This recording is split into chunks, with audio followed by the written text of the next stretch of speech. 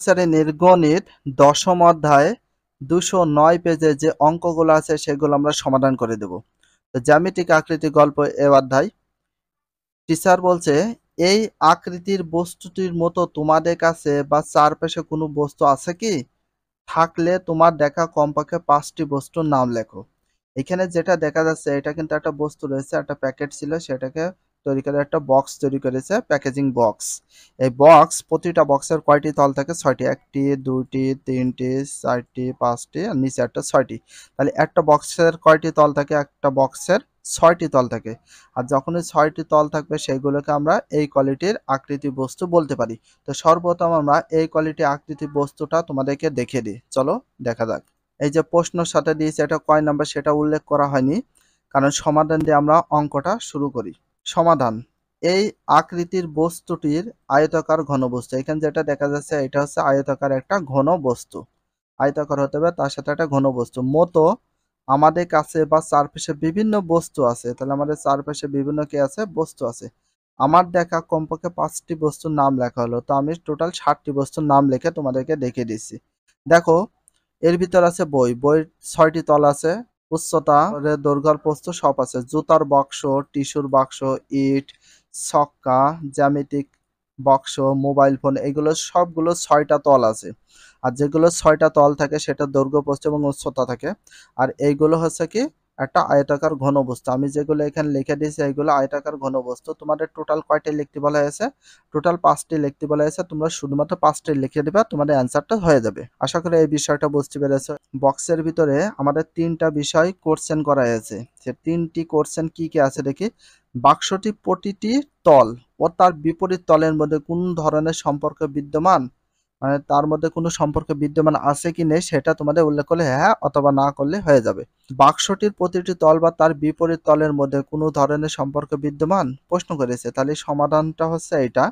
বাক্সটির প্রতিটি তল ও তার বিপরীত তল পরস্পর সমান। তাহলে পরস্পর যদি সমান হয় তাহলে এটাই অ্যান্সার হয়ে গেল। এবার 2 নাম্বারটা বলেছে, সবগুলো তলের ক্ষেত্রফল পরিমাণ না করে অন্য কোনো উপায় বাক্সটির সমগ্র তলের ক্ষেত্রফল নির্ণয় করা যাবে কি? যাবে কি যাবে না সেটা তোমার উল্লেখ করতে হবে এবং নির্ণয় করে দেখাতে হবে। প্রশ্ন হচ্ছে, সবগুলো তলের ক্ষেত্রফল পরিমাপ না করে অন্য কোনো উপায় বাক্সটির সমগ্র তলের ক্ষেত্রফল নির্ণয় করা যাবে কি? হ্যাঁ কি যাবে না সেটা এবং একটা উদাহরণ দিতে হবে। হ্যাঁ, সূত্রের সাহায্যে নির্ণয় করা যাবে। হ্যাঁ কথা চাইছে, হ্যাঁ না না সেটা এবং সূত্রের সাহায্যে নির্ণয় করা যাবে। তার সাথে একটা উদাহরণ দিয়ে দেওয়া হয়েছে। অতএব বাক্সটির সমগ্র তলের ক্ষেত্রফল 2 into AB plus BC plus C বর্গ একক। এখানে এ বি সি এর মান বসিয়ে সমাধান করলে বাক্সটির সমগ্র তলের ক্ষেত্রফল পাওয়া যাবে। সমগ্র তলের ক্ষেত্রফলের সূত্র হচ্ছে এটা।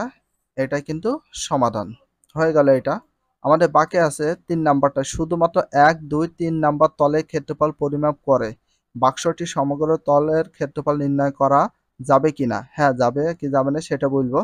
যদি না পাওয়া যায় তবে কোন 3টি তলের ক্ষেত্রফল পরিমাপ করে বাক্সটি সমগ্র তলের ক্ষেত্রফল নির্ণয় করা যাবে? নির্ণয় করা যাবে। যে প্রশ্নটা ছিল প্রশ্নটা তোমরা একটু পড়ে নিতে পারো আবার। বলে শুধুমাত্র 1 ও 2 ও 3 নম্বর তলের ক্ষেত্রফল পরিমাপ করে বাক্সটি সমগ্র তলের ক্ষেত্রফল নির্ণয় করা যাবে কিনা? যাবে কি যাবে না সেটা উল্লেখ করতে হবে। যদি না পাওয়া যায় তবে কোন 3টি তলের ক্ষেত্রফল পরিমাপ করে বাক্সটি সমগ্র ক্ষেত্রফল নির্ণয় করা যাবে? কোন 3টি? এবার আমরা ফলো করি আসলে যায় কিনা। সমাধান: শুধুমাত্র 1, 2, 3 নম্বর তলের ক্ষেত্রফল পরিমাপ করে বাক্সটি সমগ্র তলের ক্ষেত্রফল নির্ণয় করা যাবে না। এখানে যাবে না বলেছে, যাবে বললে তাহলে করা যেত, যেহেতু যাবে না সেই জন্য করা যাবে না। কারণ এখানে 6টি তল রয়েছে। আসলে একটা বাক্সর কয়টি তল থাকে? টোটাল একটা বাক্সর 6টা তল থাকে। এখানে যে বাক্সটা দেখছে এখানে 6টা তল আছে। কারণ এখানে 6টি তল, যেখানে তল 1, তল 3, তল 2, তল 4, তল 5, তল 6 পর্যন্ত। যেহেতু বিপরীত তলগুলো একই বা সমান সেহেতু তল 1, 2, 3 এর পরিবর্তে তল 1, 2, 5 অথবা তল 1, 2, 6 এর মোট ক্ষেত্রফল নির্ণয় করে 2 দ্বারা গুণ করলে সমগ্র তলের ক্ষেত্রফল নির্ণয় করা যাবে। সেটা এখানে উল্লেখ করে দিয়েছে। একটু ভালো করে সমাধানটা দেখে নিতে পারো কি কি উল্লেখ করেছে কি করেনি। এবার আমরা নিচের দিকে একটু যাই। কি বলেছে এখানে একটা নির্দেশনা দিয়েছে, তলগুলো চিহ্নিত করো। যে বাক্স যে তল আছে সে তলগুলো কি করতে বলে চিহ্নিত। টেবিলের ওপর রাখা তথ্যগুলো হলো বই, খাতা, ইরেজার বা রুলার। যেখানে বইয়ের ৬টি তল, খাতারও ৬টি তল, ইরেজারও ৬টি তল, রুলারের ২টি তল আছে, আর বাকিগুলো সব কি ৬টি তল আছে। ২ নাম্বার, প্রতিটি তলে ক্ষেত্রফল পরিমাপ করে খাতায় লেখো। প্রতিটি তল এখানে কি আছে, বই, খাতা, ইরেজার, রুলার, এগুলো তল নির্ণয় করে খাতায় দেখাতে বলা হয়েছে। একটা বই দিয়ে দিয়েছে, তো এখানে একটা জিনিস ভাবো, এটা কয়টা তল, ৬টা। ১ নম্বর উপরে, ২ নাম্বার একদম নিচে, আমরা নিচে দিয়েছি, তারপরে এই যে বামে দিয়েছি, ডানে দিয়েছি, মানে উপরে এবং নিচে দিয়েছি। টোটাল কয়টি তল আছে, ৬টি। তাহলে বইটির দৈর্ঘ্য কত সেন্টিমিটার আছে, ২৪ সেন্টিমিটার।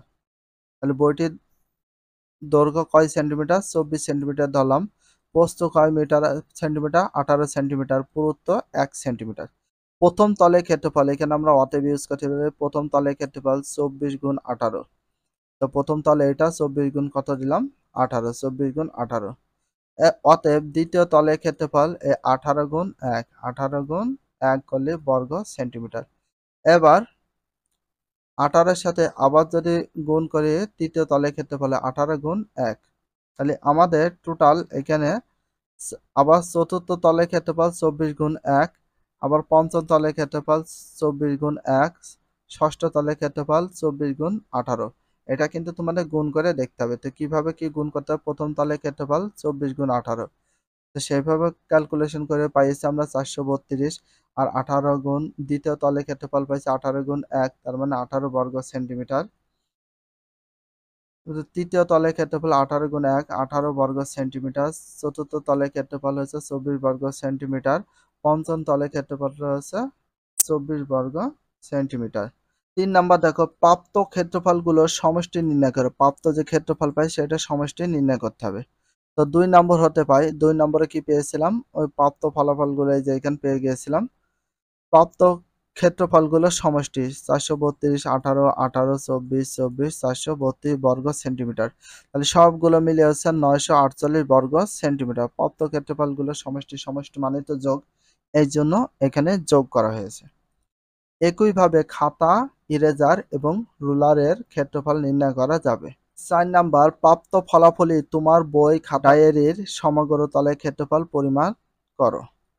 তো প্রথমে সমাধান দেব ৪, নির্দেশনা ৩ এর প্রাপ্ত ফলাফল বইয়ের সমগ্র তলের ক্ষেত্রফল। নির্দেশনা ৩ এর প্রাপ্ত ফলাফল বইয়ের সমগ্র তলের ক্ষেত্রফল ৯৪৮ বর্গ সেন্টিমিটার। নোট দেওয়া হয়েছে, একইভাবে খাতায়, ইরেজার, ডায়েরি পরিমাপ করা যায়। একইভাবে পরিমাপ করতে পারো এটা। আশা করি অঙ্কগুলো বুঝতে পেরেছো। যদি ভিডিওটা ভালো লাগে চ্যানেলে সাবস্ক্রাইব, পেজ হলে ফলো করে দিও এবং তার সাথে একটা লাইক এবং একটা কমেন্ট করে দিও। আর নেক্সট ভিডিও পাওয়ার জন্য বেল আইকনটা অল করে রাখো।